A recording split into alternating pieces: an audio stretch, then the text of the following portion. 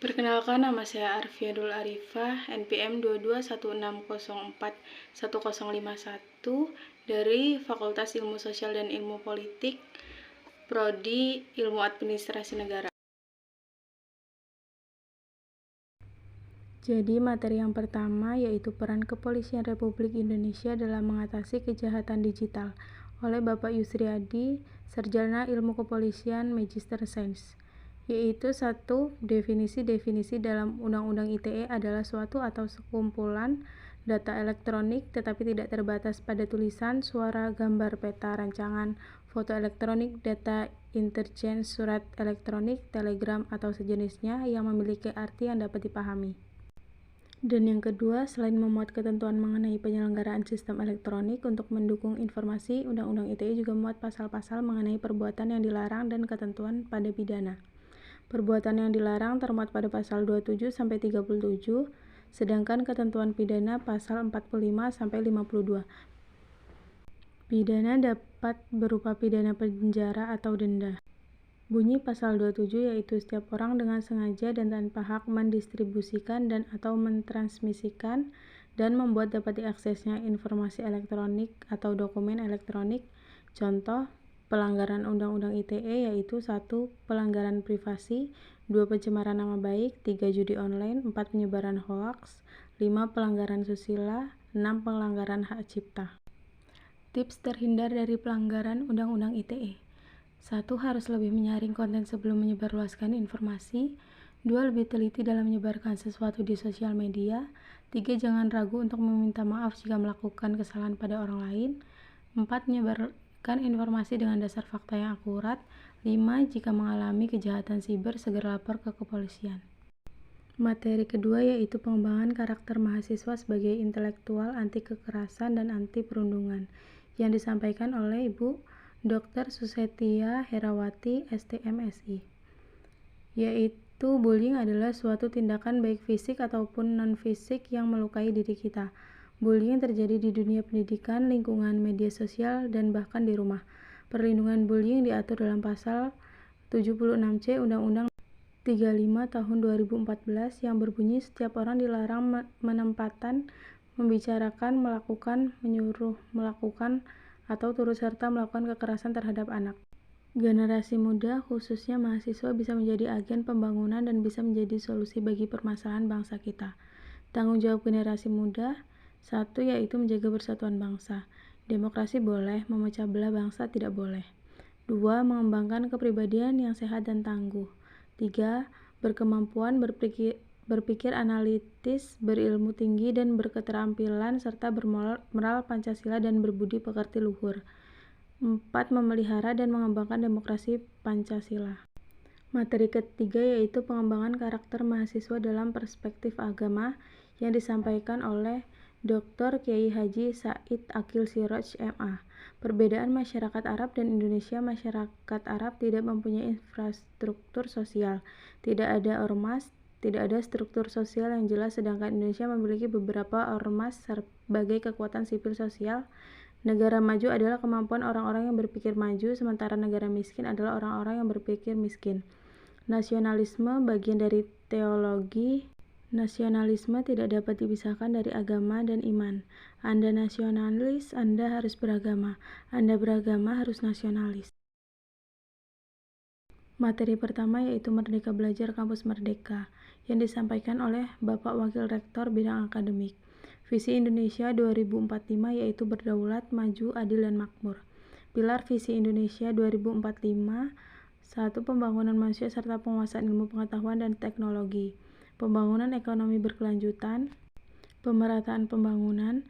Pemantapan ketahanan nasional dalam tata kelola pemerintahan. Tantangan industri 4.0, globalisasi, bonus demografi. Indikator profil pelajar Pancasila: bernalar kritis, kemampuan kognitif, kemandirian, independen, mencari kreatif, inovasi, cinta seni, budaya, gotong royong, soft skill utama, tim kebinekaan global, cinta keberagaman budaya dan ras di negara dan dunia, berakhlak mulia, moralitas, spiritual, dan etika.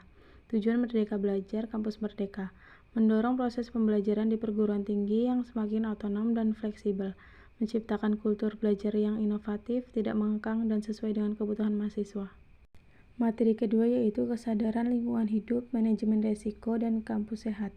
Pemateri yaitu Wakil Rektor Bidang Umum dan Keuangan. Menaati kebijakan lingkungan. Kebijakan lingkungan adalah setiap tindakan sengaja diambil atau tidak diambil untuk mengelola kegiatan manusia dengan maksud untuk mencegah atau mengurangi efek yang merugikan pada sumber daya alam, dan memastikan bahwa buatan manusia perubahan lingkungan tidak memiliki efek berbahaya pada manusia. 2. Corporate Social Responsibility. Dimanfaatkan sebagai alat manajemen risiko yang berperan sebagai insurance like untuk menjaga kinerja perusahaan ketika menghadapi krisis finansial, sosial maupun lingkungan. Menjadi barang atau produk baru yang bermanfaat. 3R. Reuse berarti mengenakan kembali sampah yang masih dapat digunakan untuk fungsi yang sama ataupun fungsi lainnya. Reduce berarti mengurangi segala sesuatu yang mengakibatkan sampah. Recycle berarti mengolah kembali atau daur ulang sampah. Materi ketiga yaitu etika dan norma kehidupan kampus. Pemateri yaitu Wakil Rektor, Doktor Bidang Kemahasiswaan.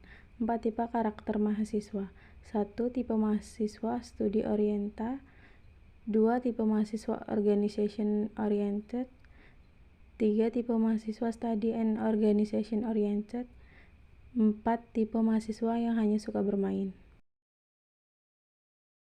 Materi pertama yaitu pembelajaran di perguruan tinggi di era 4.0 dan plagiarisme oleh Ibu Dra. Ida Nurhaida MSI. Mahasiswa dianggap sebagai individu yang sudah dewasa, sehingga sudah bisa mengerti tentang apa-apa saja yang harus diprioritaskan dan dilakukan. Apalagi di era digital ini, semua mahasiswa dituntut untuk mengikuti perkembangan teknologi, dan mahasiswa sebagai generasi Z diharapkan mampu menjadi individu yang mandiri, responsif, dan kreatif serta inovatif. Di dalam dunia perkuliahan terdapat pembimbing akademik, di mana pembimbing akademik ini akan membantu mahasiswa selama masa perkuliahan dan membantu mahasiswa dalam memilih passionnya. Tetapi pembimbing akademik ini hanya membimbing, selebihnya tergantung kepada aktif dan atau tidaknya mahasiswa tersebut. Begitulah cara belajar orang dewasa.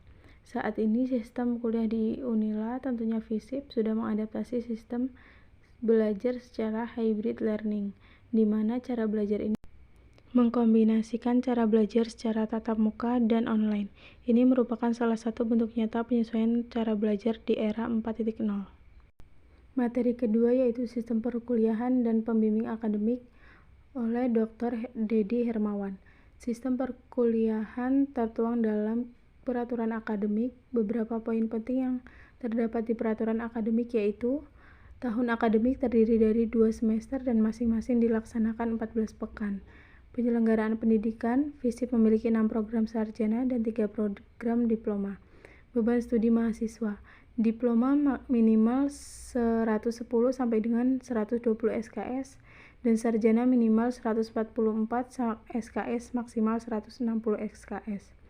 Syarat mengikuti UAS yaitu hadir paling sedikit 80%, melakukan semua akademik secara terstruktur, indeks prestasi, pengulangan mata kuliah dan penghapusan mata kuliah, putus studi, serta kecurangan. Materi ketiga yaitu sarana dan prasarana akademik oleh Bapak Dr. Arif Sugiana, Magister Sains. Sarjana dan prasarana yang terdapat di FISIP yaitu fasilitas taman, smoking area, food court, co-working space, hybrid learning, dan smart class. Materi keempat yaitu hak dan kewajiban mahasiswa.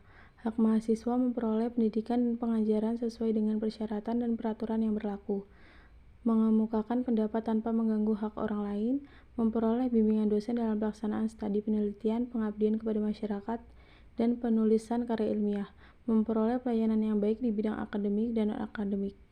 Kewajiban mahasiswa menyesuaikan studinya sesuai dengan beban studi berdasarkan kepada ketentuan akademik yang berlaku, mengikuti perkuliahan dan menyelesaikan tugas-tugas perkuliahan, memelihara sarana dan prasarana kebersihan, ketertiban dan keamanan dalam kampus, menghormati dan tidak melanggar hak orang lain. Sekian resume yang saya dapat selama mengikuti 4 hari PKKMB di Universitas Lampung. Terima kasih.